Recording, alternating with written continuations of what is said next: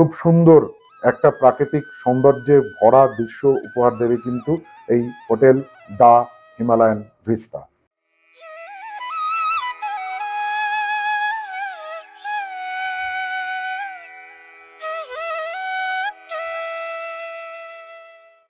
রানীক্ষেত বা রানীর ক্ষেত্র।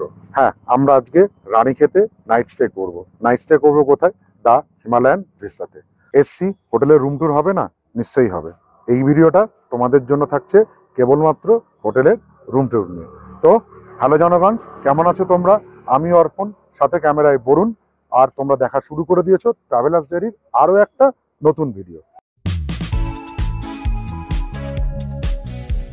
চলো হোটেলের রুম ট্যুরটা সেরে ফেলি। সবাই প্রথমে দেখাই, দেখো হিমালয়ান ভিস্তায় যদি আসো, এটার নাম রানীক্ষেতে যে এসবিআই আছে, স্টেট ব্যাংক, তারপরে ব্যাংক অফ বরোদা, ঠিক সেই মেন কমপ্লেক্সের পাশেই হচ্ছে এই হিমালয়ান ভিস্তা। আর তোমরা যারা 4 হুইল করে আসবে বা নিজস্ব গাড়ি আসতে পারো বা ভাড়া করে আসো না কেন, এই দেখো এই যে সামনের জায়গাটা রয়েছে, এখানে যে নেমে যাচ্ছে, এটা হচ্ছে কিন্তু হোটেলের পার্কিং লট।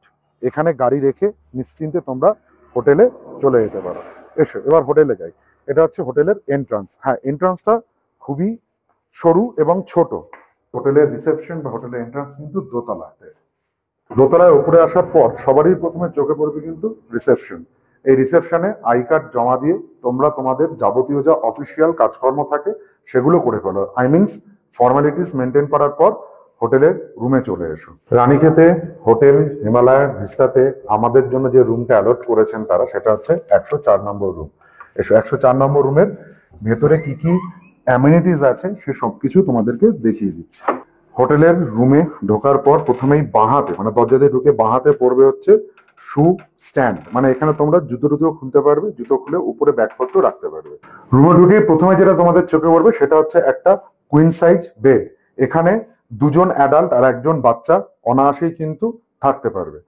তারপরে দেখো এই জায়গাটাতেই যেটা রয়েছে, সেখানে একটা সিমেন্ট দিয়ে তৈরি করে একটা র্যাক মতন করা আছে।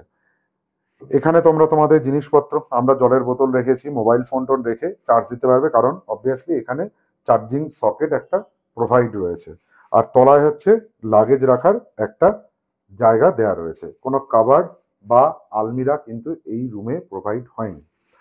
আর টিভি দেখতে পাচ্ছ, টিভি রয়েছে, সেট টপ বক্স রয়েছে। যেহেতু রানীক্ষেত একটা হিলি রিজিয়ন, সেই জন্য এখানে খুব বেশি গরম পড়ে না, সেই জন্য এই রুমে কিন্তু এসি খুঁজলে পাবে না, এসি নেই।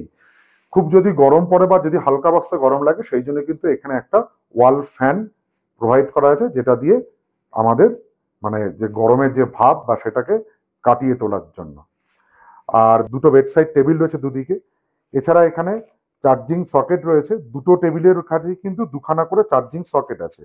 তার মানে এখানে একটা, দুটো, তিনটে অ্যাট এ টাইম তিনটে ইলেকট্রিক্যাল গ্যাজেট তোমরা চার্জ করতে পারবে। এছাড়া রিসেপশনে যোগাযোগ করার জন্য ইন্টারকাম টেলিফোন রয়েছে, যেটা দিয়ে তোমরা রিসেপশনে অর্ডার করে পছন্দ মতন খাবার দাবার যা কিছু সেগুলো নিয়ে আসতে পারবে। হ্যাঁ, এবার খাবারের প্রসঙ্গ যখন উঠলো, তাহলে খাবারে কি কি মেনু আছে বা কি কি তোমরা খেতে পারবে বা কি কি অপশন আছে, সেটার জন্য হোটেল কর্তৃপক্ষের তরফ থেকে কিন্তু একটা মেনু কার্ডও দেয়া রয়েছে। আর এখানে একটা ডাস্টবিন প্রোভাইড হয়েছে, মানে তোমরা তোমাদের যেগুলো মানে কাঁচরা যেগুলো আছে সেগুলো তোমরা এখানে ফেলতে পারবে।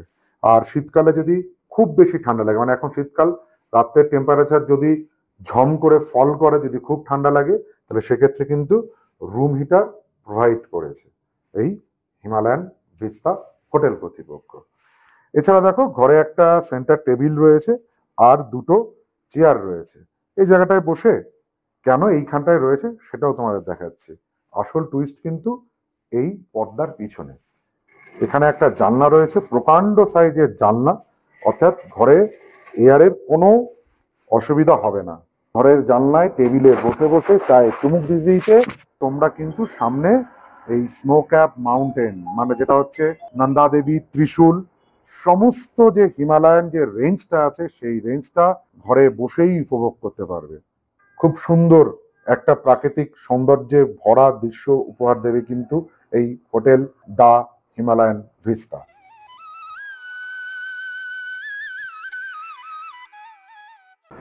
এছাড়া রুমে কিন্তু অ্যাটাচ টয়লেট রয়েছে। দেখো টয়লেটটাও পরিষ্কার পরিচ্ছন্ন, নিট অ্যান্ড ক্লিন আছে। টয়লেটে ঢুকেই প্রথমে যেটা চোখে পড়বে সেটা হচ্ছে বেসিন। বেসিনের উপরে রয়েছে একটা প্রকাণ্ড আয়না, সেখানে তোমরা ফ্রেশ হতে পারবে, নিজেদের একটু সাজিয়ে নিতে পারবে। এছাড়া রয়েছে দেখো ওয়েস্টার্ন স্টাইল টয়লেট। যেহেতু ওয়েস্টার্ন স্টাইল টয়লেট রয়েছে সেই জন্য এখানে জেট শাওয়ারও রয়েছে। জেট শাওয়ার কাজ করে। এছাড়া গিজার রয়েছে, তার মানে এখানে 24 আওয়ার্স তোমরা কিন্তু গরম জলের ফেসিলিটিটা পাবে। আর এই পাশে রয়েছে বাথিং এরিয়া, যেখানে তোমরা স্নান করতে পারবে। আর হোটেলের তরফ থেকে টয়লেটারিসের মধ্যে টাওয়েল আর ওখানে হ্যান্ড ওয়াশ প্রোভাইড করা হয়েছে।